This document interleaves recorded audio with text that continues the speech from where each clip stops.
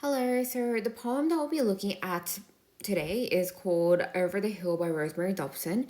It was a poem that was published in 1944 and it was published in Dobson's first poetry collection that was called In a Convex Mirror. So, in the poem, in essence, we follow a workman on his way back home, and through his reflection upon the natural landscape, we're able to gain insight into the process of aging in the human experience. Some key words that you can consider in regards to the human experience will be nature, mortality, aging, and wisdom. Now, like always, if you haven't read the poem already, I want you to pause the video and then have a quick read before we discuss the poem together. Now, let's start by looking at some broader macro techniques together. So the first one that you can make note of is the use of iambic tetrameter. So iambic tetrameter is used throughout the poem except for in this section here, in the parentheses that uses iambic pentameter. So the use of iambic tetrameter throughout the poem for the most part is creating some sort of rhythmic pattern in which there are 8 beats per line. Here, just make note that the regular beat adds to the rhythmic nature of the poem in enhancing a sense of familiarity. So the actions of the persona in the poem seem quite natural to him, and it's an act that he repeats on a daily day basis. The next one that you can make note of is the repeated use of caesura and enjambments throughout the poem. So here is an example of an enjambment, and we also have an example of a caesura here. So the use of caesura and enjambments add to the momentum of progressing the poem forward because essentially the poem doesn't capture a stationary moment, but we have somewhat of a transition. So we have moving of action like the passage of time. The third one that you can make note of is the idiomatic title. So you need to make note of like how the title, there's a lot of significance in which over the hill is actually an idiom that is defined by Oxford Languages as being past one's best. So I've written it here for you. So the title itself implies that the poem is something to do with maturity and aging, but whether it will reiterate the meaning of the idiom where we see how aging will lead us to a state of fragility and weakness, or whether it will be challenging our assumption, see how I'm using words from the rubric here. So whether it will be challenging our assumption of old age is something that we will further unpack as we go through analyzing the poem together in a little bit more detail. Now let's have a go at unpacking the poem in a little bit more detail. So we'll start from the top. So I've made some annotations here so you can make note of them. Now, the first 2 lines, this workman dredges home at dusk with bluntly forward boots that toss.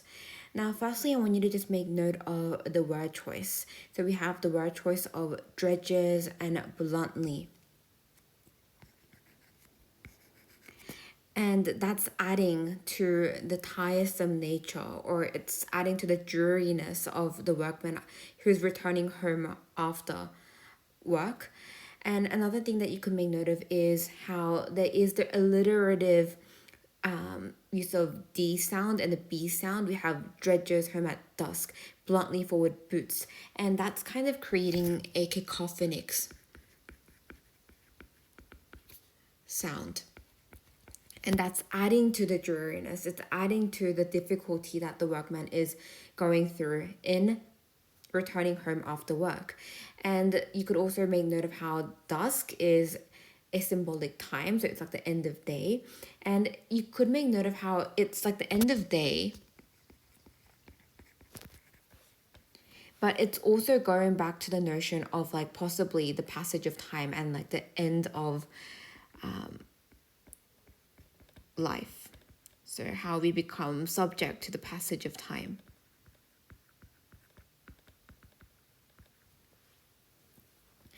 And I mean, you could also make note of the imagery of the workman dredging home at dusk. So again, that's adding to the weariness and the dreariness of the workman.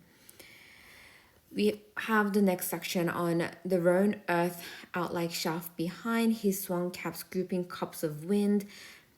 First things first here, I want you to just make note of the fact that like the metaphor in his swung cap scooping cups of wind, I think what you could make note of is if you're going to be looking at these two lines together in regards to he crests the hills and feels the sky, him feeling the sky works together with like the internal like rhyme that I've written here with like hill feel and like the diction and the pun of cresting the hill. It does create a sense of energy. So we are kind of transitioning from that kind of weariness, dreariness into some sort of a energetic or a some sort of hopeful tone. However, what you could also make note of in regards to the metaphor here of like scooping cups of wind is possibly like the futility of that very act, in which when you're scooping wind, you're not actually achieving anything. Like you can't really actually gain anything from that act. You're scooping things that are invisible, and therefore it's going back to this idea of futility in the human life. Going to the next section, his eyes lit, windows facing west. So remember, like there's the sunrise that comes, well, the sun rises from the east. So if windows facing west, that's kind of referring back to the idea of sunset. And to take the lemon colored light, what you could make note of here is essentially the color symbolism.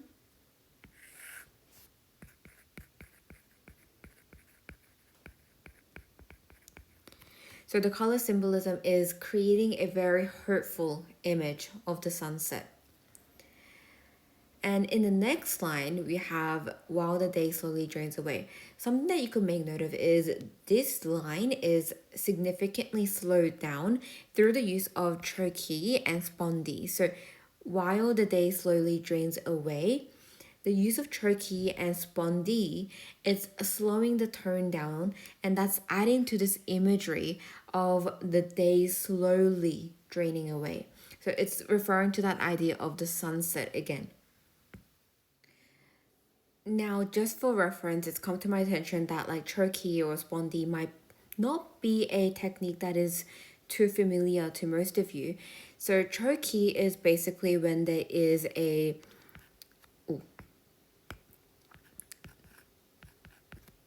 the dum kind of thing, where it's sort of like we have something that is stressed and then unstressed.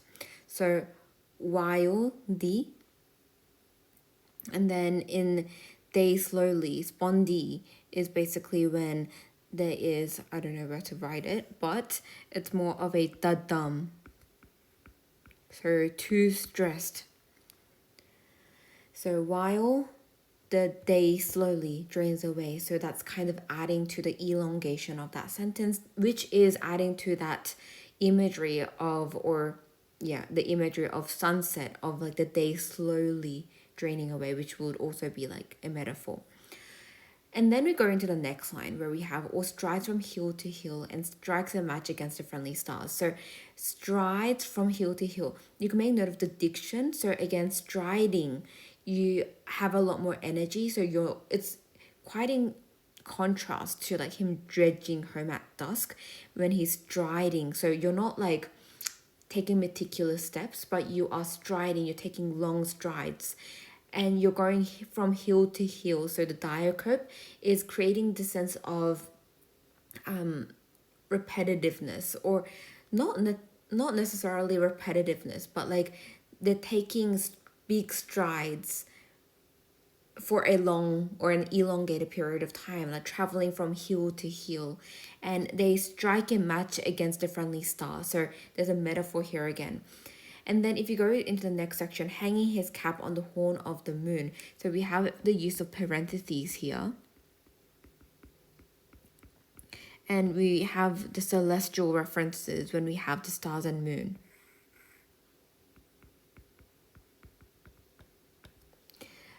I think what you could make note of here is that essentially there is a little bit more of a hopeful or an optimistic depiction of the persona, in which celestial imagery is usually associated with a little bit more with light, stars, moon, optimism, therefore. And when they are striking a match against its friendly star, We also have like the diction of friendly that's adding to the personification of the star being friendly, and hanging his cap on the horn of the moon. It's heightening the optimism. It's heightening essentially a sense of hopefulness that the persona feels, which again is in stark contrast to what were seeing at the very beginning of the poem. In the next section, so if you guys remember in the beginning of the video, I talked about how the poem is written in iambic tetrameter, but in the parentheses, we have iambic pentameter. So I think what you can make note of here is that essentially there is kind of a transition point where I've written it here. So we start off dreary and then we move into a little bit more of a energetic tone, and then after that parentheses we kind of move into more of a reflective vibe. So after here, so you can make note of how essentially the iambic tetrameter moving into or broken by the iambic pentameter is carrying the poem into a shift into a different type of tone, which is reflective. So that's emphasized by the diction of now. So now he is standing to light his pipe with quite unconscious insolence. He could not move mountains if he cared, or he could move mountains if he cared. So you could make note of the potential diction, like he could move mountains if he cared. He has the potential to be able to move mountains if he cared. But that, like, you need to make note of like how it says if he cared. He seems very indifferent. Sort of like, oh yeah, like if I cared, maybe I could move it, but like I don't really care kind of vibe. But a mountain in the palm of one's hand, so we have the biblical allusion here, is a troublesome thing. So he lets them lie. So the diction of lets, again, is emphasizing this notion that like he can do it. He could move the mountains if he cared, but he's just letting them lie because he knows that a mountain in the palm of one's hand is a troublesome thing. So there's a sense of deliberation in which he's not interfering with nature because he believes that it will be troublesome. It's not that he can't do it, he's deciding not to engage himself within or intervening with nature.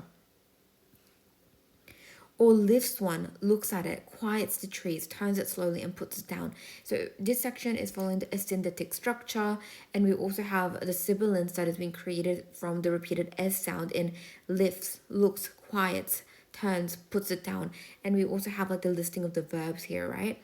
So essentially it's like the act of him lifting, looking, quieting, turning it slowly and putting it down. So him, again, not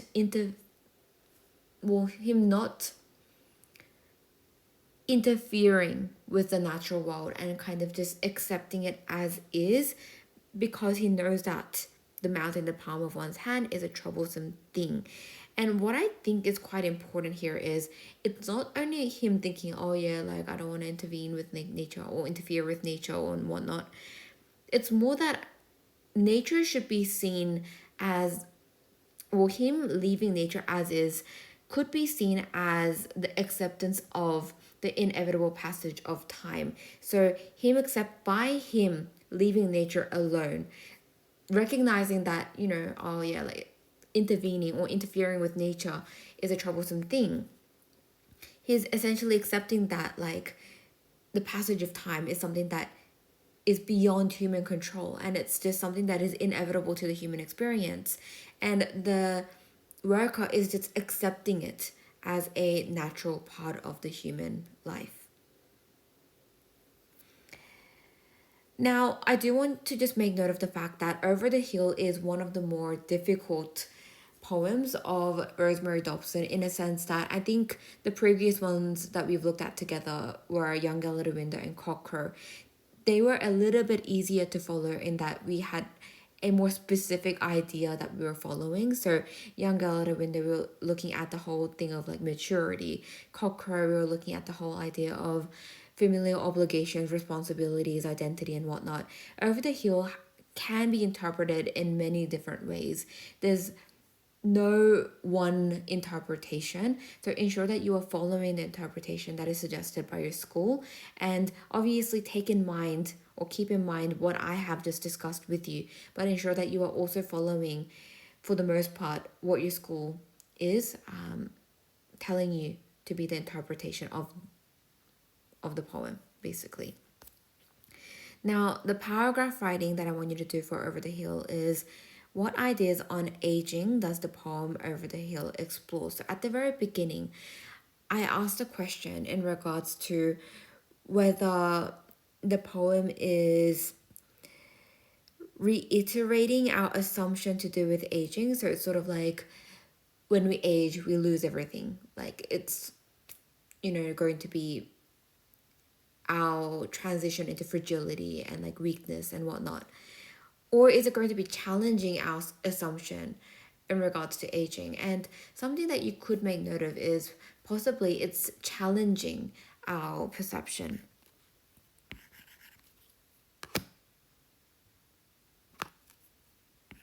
Not sure why that's not writing, but essentially challenging our assumption of aging, wherein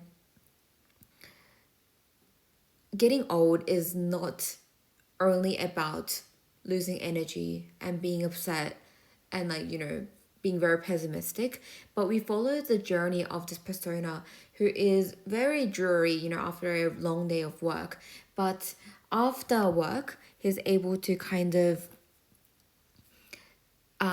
go over the hill and then go into a more reflective state that is a little bit more hopeful or optimistic by the end, in which he is a little bit more accepting of the passage of time. So considering that, you could make note of how essentially it is challenging the assumptions.